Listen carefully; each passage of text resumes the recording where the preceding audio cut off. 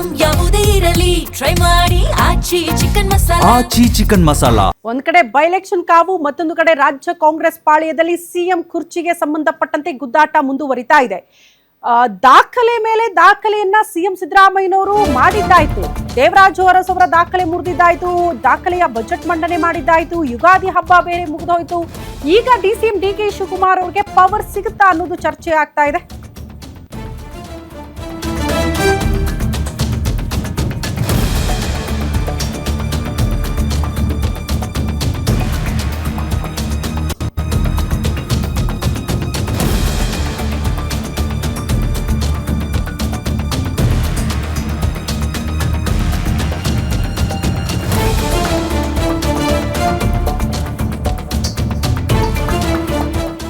ಯುಗಾದಿ ಮುಗಿತು, DCM DK Shivakumar ಅವ್ರಿಗೆ power ಸಿಗುತ್ತಾ ಇನ್ಮೇಲಾದ್ರೂ?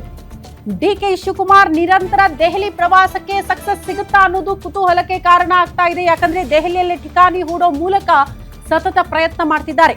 ಬಜೆಟ್ ಅಧಿವೇಶನದ ಬಳಿಕ ಡಿಕೆ ಶಿವಕುಮಾರ್ ಸಿಎಂ ಆಕೆ ಬಿಡ್ತಾರ? ಕೊಟ್ಟ ಮಾತಿನಂತೆ ಅಧಿಕಾರ ಹಂಚಿಕೆ ಮಾಡುತ್ತಾ ಕಾಂಗ್ರೆಸ್ನ ಹೈಕಮಾಂಡ್ ಅನ್ನೋದು ಕುತೂಹಲಕ್ಕೆ ಕಾರಣ ಆಗ್ತಾ ಇದೆ.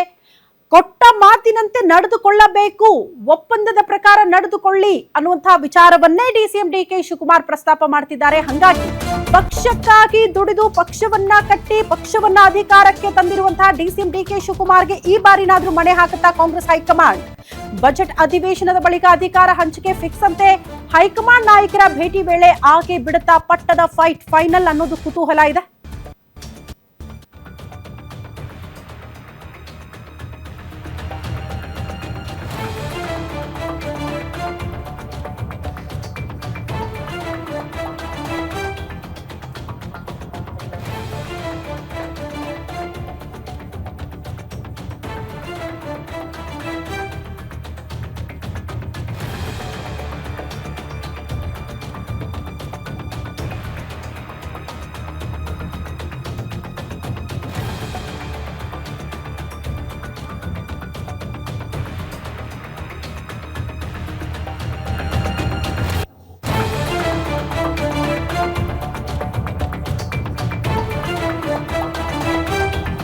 ಬಜೆಟ್ ಅಧಿವೇಶನದ ಬಳಿಕ ಅಧಿಕಾರ ಹಂಚಿಕೆ ಬಹುತೇಕ ಫಿಕ್ಸ್ ಅಂತ ಹೇಳಲಾಗ್ತಾ ಇದೆ ಕಾಂಗ್ರೆಸ್ ಪಾಳ್ಯದಲ್ಲಿ. ಹೈಕಮಾಂಡ್ ನಾಯಕರ ಭೇಟಿ ವೇಳೆ ಪಟ್ಟದ ಫೈನಲ್ ಮಾಡ್ಕೊಂಡೇ ಬರ್ತಾರ ಡಿಸಿಎಂ ಡಿಕೆ ಶಿವಕುಮಾರ್. ಕಾರಣ ದೆಹಲಿಯಲ್ಲಿ ಠಿಕಾಣಿ ಹೂಡಿದ್ದಾರೆ. ಪ್ರಿಯಾಂಕಾ ಗಾಂಧಿ ಜೊತೆ ಡಿಸಿಎಂ ಡಿಕೆ ಶಿವಕುಮಾರ್ ಕೂಡ 1-to-1 ಮಾತುಕತೆಯಂತೆ ವರಿಷ್ಠರನ್ನ ಭೇಟಿ ಮಾಡ್ತಾ ಇದ್ದಾರೆ, ಒಬ್ಬರಾದ್ಮೇಲೆ ಒಬ್ರು. ಅಸ್ಸಾಂ ಚುನಾವಣೆಯ ಚರ್ಚೆ ವೇಳೆಯೇ ಅಧಿಕಾರ ಹಂಚಿಕೆ ಬಗ್ಗೆ ಕೂಡ ಚರ್ಚೆ ಮಾಡಿದ್ದಾರೆ ಡಿಸಿಎಂ ಡಿಕೆ ಶಿವಕುಮಾರ್ ಅನ್ನೋದ್ರ ಡೀಟೇಲ್ಸ್ ಸದ್ಯ ಸಿಗ್ತಾ ಇದೆ. ಅಲ್ಲಿಗೆ ವರಿಷ್ಠರಿಗೆ ಮತ್ತೆ ನೆನಪು ಮಾಡೋದು, ನೋಡಿ ಪಕ್ಷ ಅಧಿಕಾರಕ್ಕೆ ಬರೋದಕ್ಕೆ ಕಾರಣ ನಾನು ಪಕ್ಷಕ್ಕಾಗಿ ದುಡಿದಿದ್ದೀನಿ, ಪಕ್ಷವನ್ನ ಕಟ್ಟೋದ್ರಲ್ಲಿ ನನ್ನ ಶ್ರಮ ಇದೆ, ಅಟ್ಲೀಸ್ಟ್ ಈಗ ಅವಕಾಶ ಮಾಡಿಕೊಡ್ಬೇಕು ನನಗೆ ಅಂತ ಡಿಸಿಎಂ ಡಿಕೆ ಶಿವಕುಮಾರ್ ಕೇಳ್ತಿದ್ದಾರೆ. ಹಾಗಾಗಿ ಮಲ್ಲಿಕಾರ್ಜುನ ಖರ್ಗೆ ಅವರ ಜೊತೆ 1-to-1 ಮೀಟಿಂಗ್ ಆಗಿದೆ. ಇನ್ನೇನು ರಾಹುಲ್ ಗಾಂಧಿ ಅವರನ್ನ 1-to-1 ಮೀಟಿಂಗ್ ಮಾಡಿದಾಗ ಮೋಸ್ಟ್ಲಿ ಅಲ್ಲಿಂದಲೇ ಒಂದು ಫೈನಲ್ ಟಚ್ ಸಿಗಬಹುದು ಸಿಎಂ ಕುರ್ಚಿಗೆ ಸಂಬಂಧಪಟ್ಟಂತೆ ಅನ್ನುವಂತಹ ನಿರೀಕ್ಷೆಯೊಂದಿಗೆ ಡಿಕೆ ಶಿವಕುಮಾರ್ ಅವರು ದೆಹಲಿಯಲ್ಲಿ ಬೀಡು ಬಿಡೋ ಮೂಲಕ ಎದುರು ನೋಡ್ತಿದ್ದಾರಂತೆ ಆ ಕ್ಷಣವನ್ನ. ಬಟ್ ಅದು ಸಕ್ಸಸ್ ಆಗ್ತಾರಾ ಅಥವಾ ಮತ್ತೆ ಪಂಚರಾಜ್ಯಗಳ ಚುನಾವಣೆ ಆಗೋ ತನಕ ಸೈಲೆಂಟ್ ಆಗಿರಿ ಅಂತ ಕಾಂಗ್ರೆಸ್ ಹೈಕಮಾಂಡ್ ಹೇಳುತ್ತಾ ಅದಕ್ಕೆ ಡಿಕೆ ಶಿವಕುಮಾರ್ ಸೈಲೆಂಟ್ ಆಗ್ತಾರಾ ಅನ್ನೋದು ಕುತೂಹಲ ಇದೆ. ಈ ಬಗ್ಗೆ ಮತ್ತಷ್ಟು ಡೀಟೇಲ್ಸ್ ಅನ್ನ ಕೊಡೋದಕ್ಕೆ ಸ್ಪೆಷಲ್ ಕರೆಸ್ಪಾಂಡೆಂಟ್ ವೀರೇಶ್ ತಾನಿ ನೇರ ಸಂಪರ್ಕದಲ್ಲಿ ಜಾಯಿನ್ ಆಗ್ತಿದ್ದಾರೆ.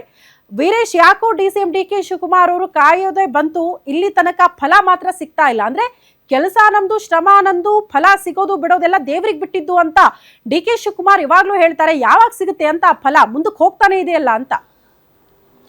ಖಂಡಿತವಾಗಿಯೂ ಶ್ರುತಿ, ಡಿಸಿಎಂ ಡಿಕೆ ಶಿವಕುಮಾರ್ ಅವರು ಕಳೆದ 2 ದಿನಗಳಿಂದನೂ ಸಹ ದೆಹಲಿಯಲ್ಲೇ ಬಿಟ್ಟಿದ್ರು. ಈ ಸಂದರ್ಭದಲ್ಲೂ ಸಹ ಹೈಕಮಾಂಡ್ ನಾಯಕರುಗಳನ್ನು ಭೇಟಿ ಮಾಡಿ ಅಧಿಕಾರ ಹಂಚಿಕೆ ವಿಚಾರಕ್ಕೆ ಸಂಬಂಧಿಸಿದಂತೆ ಮತ್ತು ಕೊಟ್ಟ ಮಾತಿನನ್ನು ಈಡೇರಿಸಿ ಅನ್ನೋ ಒಂದು ಯತ್ನಕ್ಕೆ ಸಾಕಷ್ಟು ಒತ್ತಡವನ್ನು ಹಾಕಿರುವುದು ಸ್ಪಷ್ಟವಾಗಿ ಕಂಡು ಬರ್ತಾ ಇರುವಂಥದ್ದು. ಯಾಕಂತಂದರೆ ಡಿಸಿಎಂ ಡಿಕೆ ಶಿವಕುಮಾರ್ ಅವರು ಸರ್ವ ಪಕ್ಷಗಳ ನಿಯೋಗದ ಜೊತೆಗೆ ಹೋದರೂ ಸಹ ಹೈಕಮಾಂಡ್ ನಾಯಕರುಗಳನ್ನು ಭೇಟಿಯಾಗಿ ಬಜೆಟ್ ಅಧಿವೇಶನ ಮುಗಿದ ಬಳಿಕ ರಾಜ್ಯದಲ್ಲಿ ನಾಯಕತ್ವ ಬದಲಾವಣೆಯನ್ನು ಮಾಡಲೇಬೇಕು ಅನ್ನೋ ಒಂದು ಪಟ್ಟು ಮತ್ತು ಹಕ್ಕನ್ನು ಮಂಡನೆ ಮಾಡಿ ಬಂದಿರುವಂಥದ್ದು ಬುಧವಾರ ರಾತ್ರಿ ಅಷ್ಟೇ ಅಸ್ಸಾಂ ಚುನಾವಣೆಗೆ ಸಂಬಂಧಿಸಿದಂತೆ ಒಂದು AICC ಮಟ್ಟದಲ್ಲಿ ಚರ್ಚೆ ಆಯಿತು. ಆ ಸಂದರ್ಭದಲ್ಲಿ ಪ್ರಿಯಾಂಕಾ ಗಾಂಧಿ ಅವರ ಜೊತೆಗೆ DCM DK ಶಿವಕುಮಾರ್ ಅವರು ಸುದೀರ್ಘವಾದಂಥ ಚರ್ಚೆಯನ್ನು ಮಾಡಿರುವಂಥದ್ದು.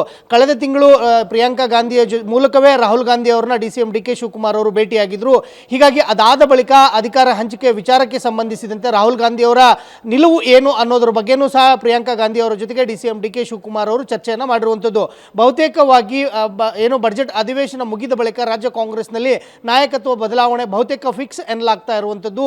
ಅದರ ಮಧ್ಯೆನೂ ಸಹ ಪಂಚರಾಜ್ಯಗಳ ಚುನಾವಣೆ ಬಂದಿರುವಂಥದ್ದು. ಬಹುತೇಕವಾಗಿ ಕಾಂಗ್ರೆಸ್ ಹೈಕಮಾಂಡ್ ನಾಯಕರುಗಳು ರಾಜ್ಯ ಕಾಂಗ್ರೆಸ್ನಲ್ಲಿ ಎದುರಾಗಿರ್ತಕ್ಕಂಥ ಬಿಕ್ಕಟ್ಟನ್ನು ಇದನ್ನು ಸ್ಪಷ್ಟ ಮಾಡಲಿಕ್ಕೋಸ್ಕರನೇ ಒಂದು ನಿರ್ಧಾರಕ್ಕೆ ಬರುವಂಥ ಸಾಧ್ಯತೆಗಳು ಸಾಕಷ್ಟು ದಟ್ಟವಾಗಿ ಕಂಡು ಬರ್ತಾ ಇರುವಂಥದ್ದು. ಬಜೆಟ್ ಅಧಿವೇಶನ ಮುಗಿದ ಬಳಿಕ ಬಹುತೇಕವಾಗಿ ರಾಜ್ಯ ಕಾಂಗ್ರೆಸ್ಗೆ ಒಂದು ಕ್ಲೈಮ್ಯಾಕ್ಸ್ ಅನ್ನು ಕೊಡಲಿಕ್ಕೆ ಕಾಂಗ್ರೆಸ್ ಹೈಕಮಾಂಡ್ ನಾಯಕರುಗಳು ಚಿಂತನೆಯನ್ನು ಮಾಡ್ತಾ ಇರುವಂಥದ್ದು. ಶ್ರುತಿ. ಓಕೆ ವೀರೇಶ್, ಧನ್ಯವಾದಗಳು ತಮ್ಮೆಲ್ಲ ಮಾಹಿತಿಗೆ.